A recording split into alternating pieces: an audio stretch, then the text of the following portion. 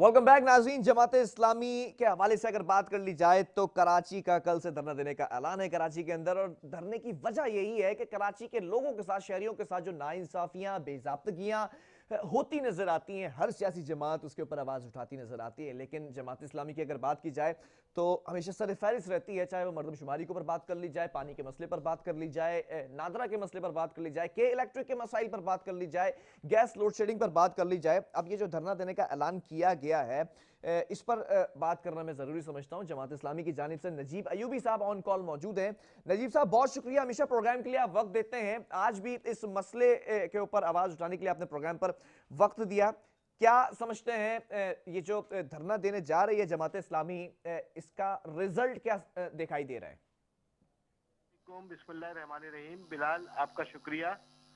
जैसे कि आप जानते हैं कि जमात इस्लामी ने हुकूक कराची के हवाले से जिस मुहिम का आगाज किया है, इसका पहला फेज तो 2 महीने पहले था, और इसमें आपको याद होगा कि जमात इस्लामी ने कराची की सतह पर एक बहुत बड़े बैलेटिंग का आगाज किया, पूरे शहरियों से राय ली, और उसके नतीजे में 98% कराची के शहरियों ने उसके हक में वोट दिया कि कराची के साथ मरदमशुमारी के रेफरेंस से, कोटा सिस्टम के हवाले से सरकारी नौकरियों के अंदर कराची के लोगों को मुलाजमतें ना देना हो, या दीगर इदारों के अंदर जो कराची के साथ नाइंसाफी का मामला, और इसी तरीके से सोसाइटीज के हवाले से अरबों और खरबों रुपए की करप्शन आवाम से लेके और उनको उनके हवाले ना करना, और सफाई सुथराई, रोड और दीगर तमाम मामलों को जमात इस्लामी ने टेकअप किया है। ठीक और है। के इलेक्ट्रिक और नादरा और इसी तरीके से सुई गैस के ये जो इस वक्त लोड शेडिंग का मामला चल रहा है, इन तमाम उन्वानात के हवाले से कराची हुकूक दो मुहिम शुरू की हुई है। इसका ये दूसरा फेज है, और जाहिर है कि ये एक जमहूरी हक है कि हमारे पास वो मैंडेट है जो हमने बिल्कुल साफ शफाफ तरीके से अपनी बैलेटिंग करवाई। कराची के 98% लोगों ने जिन्होंने पोल किया, उसकी परसेंटेज के हवाले से मैं बताऊं कि वो हमने एक पूरा ट्रिब्यूनल बनाया हुआ था जिसने उन नताइज को ऐलान किया है, प्रेस और मीडिया के सामने हमने बताया, और किस सिंथेटिक तरीके से वो सारा प्रोसेस चला ये भी आपने देखा। इस वक्त कराची के हर आदमी के साथ जो मसाइल हैं उस जमात इस्लामी ओन करती है। जमात इस्लामी हर हवाले से उसको न सिर्फ ओन करती है बल्कि उस आवाज को लेकर इंतजामिया, आला हुक्काम और पार्लियामेंट तक पहुंचाने की कोशिश कर रही है।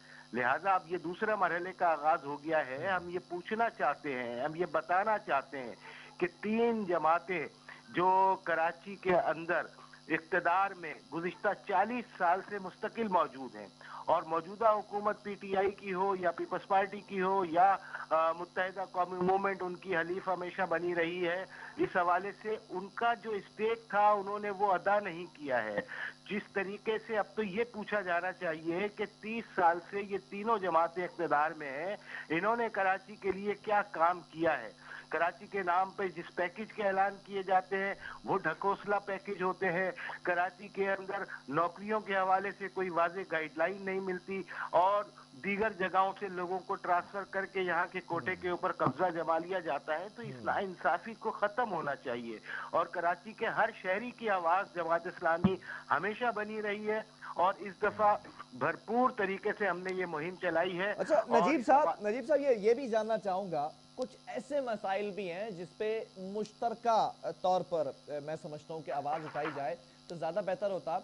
नौकरियों की बात कर ली जाए तो उस पर एमक्यूएम भी हमेशा आवाज उठाती रही है, मर्दमशुमारी पर भी आवाज उठाती रही है, फिर पीपल्स पार्टी भी मर्दमशुमारी पर आ जाती है, पीटीआई भी मसाइल के ऊपर आके खड़ी होती है। तो अगर मैं बात करूं इन मसाइल के हवाले से, तो मुश्तरका तौर पर एक प्लेटफॉर्म पर क्यों नहीं आ जाती जमातें?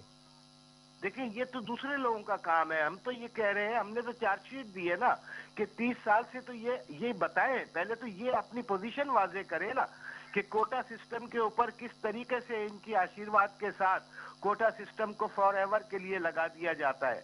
मैं तो ये पूछना चाहता हूं ना इन जमातों से कि ये तो मौजूद है ना। अच्छा, इसी तरीके से जो सेंसस का मामला है, मर्दमशुमारी का, वफाक ने किस तरीके से एमक्यूएम को साथ मिला के ये फैसला कर लिया, और दीगर जमातें खामोश हैं, और उन्होंने कि इसके ऊपर जनाब अमल दरामद शुरू है। हालांकि सुप्रीम कोर्ट की रूलिंग मौजूद है, वर्ल्ड बैंक के एतराजात मौजूद हैं, دیگر جتنے بھی شماریاتی ادارے موجود ہیں ان کے اعتراضات موجود ہیں کہ یہ مردم شماری ہماری سمجھ میں نہیں آ رہی ہے. ٹھیک ہے.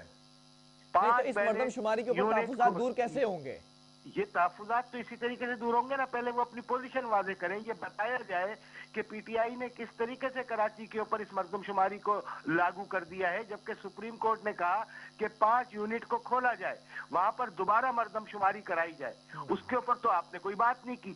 آپ نے اس مردم شماری کو، جو کہ کراچی میں 3 کروڑ سے کسی صورت کم آبادی نہیں ہے، آپ نے اس کو 1.5 کروڑ کے قریب گن لیا ہے. یہ تو زیادتی کی اچھا انتہا ہو کراچی گئی. پر اور کس اگر طریقے بات سے کر لی جائے، پیپلز پارٹی بھی کیوں خاموش ہے، ایم کیو ایم بھی کیوں خاموش ہے، اور نجیب پی ٹی آئی کی صاحب ہمت کیسے ہو گئی کہ میں یہ پوچھنا سپریم چاہ رہا کورٹ ہوں کی رولنگ کو اس نے ایک طرف رکھ دیا ہے کہ اور کابینہ نے اس بات پر اتفاق کیا ہے کہ مردم شماری دوبارہ سے ہو جائے، پوری مردم شماری. آپ کیا سمجھتے ہیں صرف کراچی کی دوبارہ سے ہونی چاہیے؟ یہ تو اس وقت کی صورتحال جو ہے، اس وقت تو انہیں جو سپریم کورٹ نے ٹائم بار لگایا تھا کہ 5 یونٹوں کو کھولا جائے اور وہاں پر دوبارہ کروائی جائے.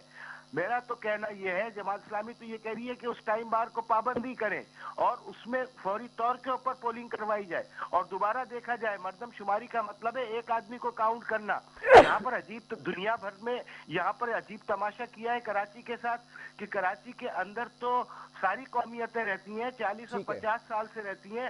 آبائی علاقے کا ووٹ لکھ کے اس کو وہاں پر ٹرانسفر کر دیا. یعنی وہ کراچی کے سارے وسائل استعمال کرے گا، کراچی کا پانی استعمال کرے گا، کراچی کی سڑکیں استعمال کرے گا، کراچی کی ٹرانسپورٹ استعمال کرے گا، لیکن ووٹ کا حق اسے کراچی میں نہیں دیا جائے گا. تو اس سے بڑی اور کیا زیادتی ہو سکتی ہے؟ اصل بات یہ ہے کہ یہ تینوں جماعتیں سمجھتی ہیں کہ اگر اصل مردم شماری کرا دی جائے اور جی 3 کروڑ گن لیا جائے تو صوبائی سیٹیں بھی بڑھ جاتی ہیں، قومی اسمبلی میں نشستیں بھی ڈبل ہو بالکل ایسا ہی جاتی ہے، ہیں وسائل بڑھ جائیں گے بیسیکلی. اور وسائل بھی اسی طریقے. تو کراچی کا تو استحصال کیا جا رہا ہے نا میرے بھائی ٹھیک ہے. بلال. آپ جس بات کو نظر انداز کر رہے ہیں وہ اصل بات یہ ہے کہ اگر ہیڈ کاؤنٹ کے اعتبار سے کراچی کو 3 کروڑ گن لیتے ہیں تو آپ کی قومی اسمبلی کی نشستیں کہاں پہنچ جاتی ہیں؟ صوبائی اسمبلی کی نشستیں اور اس کے اوپر جو خصوصی نشستوں کے الیکشن ہوتے ہیں. تو کراچی تو پھر ایک طریقے سے سب کو لے کے لیڈ کرنے کی پوزیشن میں آ جائے گا. بالکل اور ایسا. یہی چیز غالباً تحریک انصاف نہیں چاہ رہی، یہی چیز پیپلز پارٹی اپنی منوپلی نہیں توڑنا چاہ رہی، اور دیگر جماعتیں جو ایک سینٹ کی سیٹ کے چکر میں کراچی کے مفادات کا سودا کرنے چلی ہیں ان کو یہ سوچنا چاہیے. اب وہ ایک پلیٹ فارم پہ کیسے آئیں گے؟ انہوں نے تو 30 سال سے مختلف کراچی کے حقوق کو بیچا ہے، کراچی کے مینڈیٹ کو اپنی سیٹوں کے عوض، پیسوں کے عوض بیچا ہے. تو وہ کس طریقے سے اس کال کے اوپر ساتھ ہو سکتے ہیں؟ ٹھیک ہے. بہرحال بہت شکریہ نجیب ایوبی صاحب جماعت اسلامی کی جانب سے ہمارے ساتھ موجود تھے آن کال. ناظرین یہ معاملات تو بالکل واضح ہو چکے ہیں کہ کراچی کے لوگوں کے ساتھ ناانصافی تو کی جا رہی ہے. اگر مردم شماری صحیح طریقے سے کر لی جائے تو کراچی کی آبادی زیادہ کاؤنٹ ہونے کے جو انکشافات سامنے رکھے گئے ہیں تو یہ پروف ہو جائے گا کہ کراچی کی آبادی اصل کتنی ہے. اور پھر اس کے بعد اگر بڑھ جاتی ہے آبادی جو بتائی جاتی ہے اب تک اعداد و شمار آبادی کے حوالے سے، اگر 3 کروڑ واقعی اس کو مان لیا جاتا ہے تو obviously وسائل بڑھ جائیں گے، نشستیں بڑھ جائیں گی، تو لیڈنگ پوزیشن میں کراچی آ جائے گا. کراچی کے شہریوں کے لیے جب وسائل بڑھیں گے تو مسائل کم ہوتے نظر آئیں گے. اب دیکھنا یہ کہ مسئلہ حل کیسے ہوتا ہے. پروگرام کا وقت ختم ہوا. آپ کے فیڈ بیک کا میں منتظر ہوں. آپ نے اپنا فیڈ بیک مجھے ضرور پہنچانا ہے. جب تک کے لیے بلال خان اور میری پوری ٹیم کو دیجیے اجازت. اللہ حافظ.